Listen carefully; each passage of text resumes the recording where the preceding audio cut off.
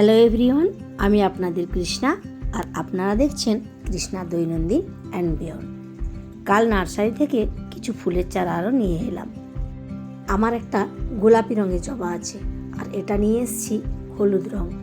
এটা মনে হচ্ছে কালকেই ফুলটা ফুটে যাবে। আর এই দেখুন গোলাপি জবাটাও কি সুন্দর ফুটেছে। আর এটা নিয়েছি, এটা হচ্ছে করবী। আর এই হচ্ছে দেখুন বেগুনভুলিয়া।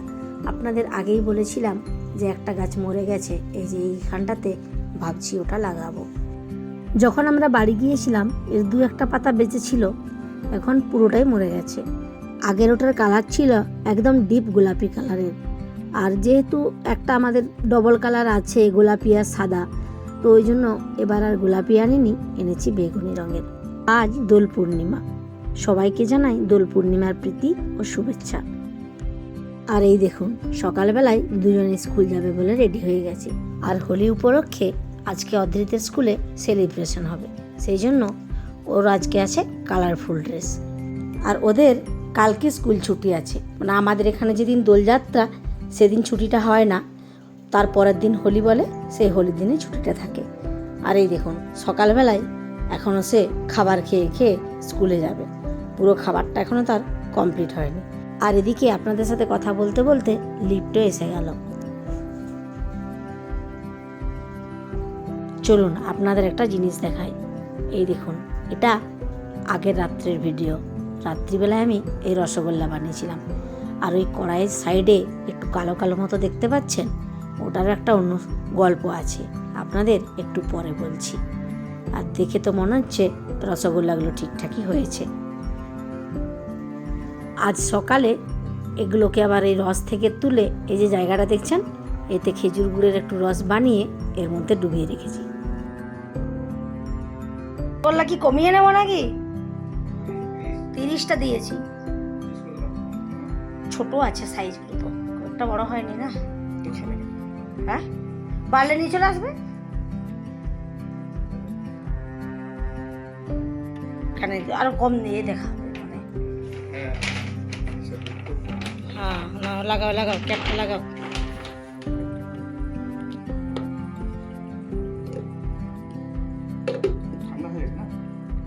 খুব হালকা মাইল্ড গরম আছে, হালকা একদম। আমি তো তুললাম, ওটা প্রচুর টাইট জানো, চাকসটা লাগাই না।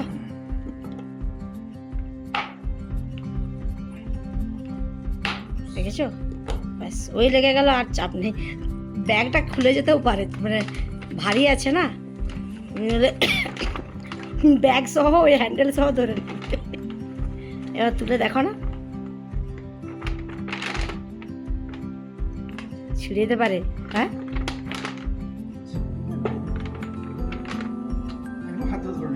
তোলা নেই। এইখানে তো তুমি লিফট থেকে নেমে গাড়িতে নিয়ে নিচ্ছ আর কি। আর অফিস থেকে কতটা?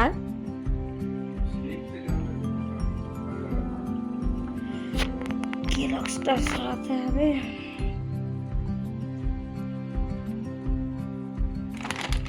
আমারও তো টাইম হয়ে গেল অদ্রিতকে আনতে যাওয়ার। তাহলে অনুষ্কাকেও আমাকে আনতে হবে নাকি? জানাবো মানে তুমি 12টায় বেরোচ্ছ, ঠিক আছে? তো লাগবে 20-25 মিনিট তো লাগবে। 12:30, তারপরে একটা। না না, আসতে পারবে না মনে হচ্ছে। ঠিক আছে, তা জানিয়ে দেবে আমাকে, একটু আগে জানাবে, 2টোর দিকে। 2:30 নয়, আমি 2টোই কনফার্ম করবো, কারণ আমাকে বেরোতে হবে, অদ্রিতকে রেডি করতে হবে। হ্যাঁ হ্যাঁ হ্যাঁ, তারপরে করতে হবে, অটো বুক করতে হবে। সক্সগুলো পরে নাও আর কি। এরকম বানালে খেতে পারবে সবাই। আছে নাকি? আইডি নিয়েছো? ব্যাগে আছে।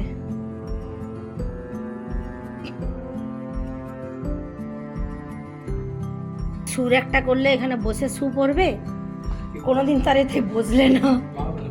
হ্যাঁ, বাবাইলা বসবে।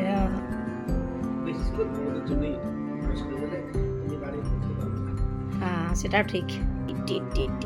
তাও আমার ভয় লাগছে, তুমি তলাটায় হাত দিয়ে নাও, কাগজের প্যাকেট তো মুশকিল আছে। লিপ টিপলে হ্যাঁ আসছে না।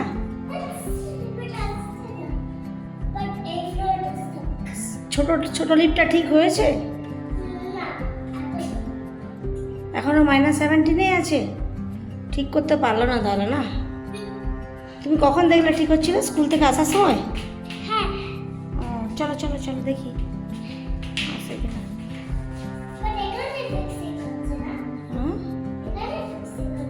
হচ্ছে না না, ওয়েট করতে হবে এখন। নইলে এ দিয়ে যাবে, এ দিয়ে, এটা দিয়ে আমরা 19 ফ্লোরে চলে যাই, সিঁড়ি দিয়ে 19 ফ্লোরে, ওখান থেকে ওই ওই সরু রাস্তাটা আছে, ওটা দিয়ে 9A-তে চলে যাবো। চলো দাঁড়াও, তোর আন্টিকে বলি নেবে।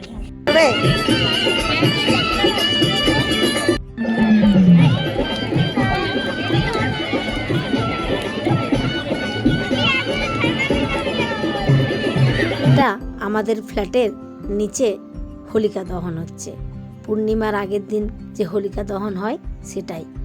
তো এখন আজ যেহেতু অফিস ডে, অফিস তো ছুটি নেই, আর তাই সুব্রত এখন নিচে নামতে পারেনি, ও একটু অফিসের মিটিং করছে এখন। আর অনুষ্কাও আসেনি, অনুষ্কাও গিয়েছে টিউশনে।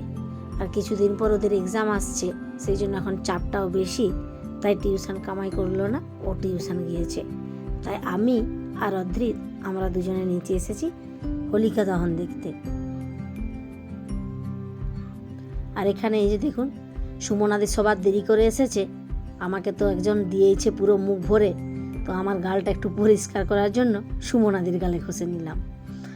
আর ওখানে একটু গল্প করে সবার সাথেই এখন বাড়ি চলে এসেছি।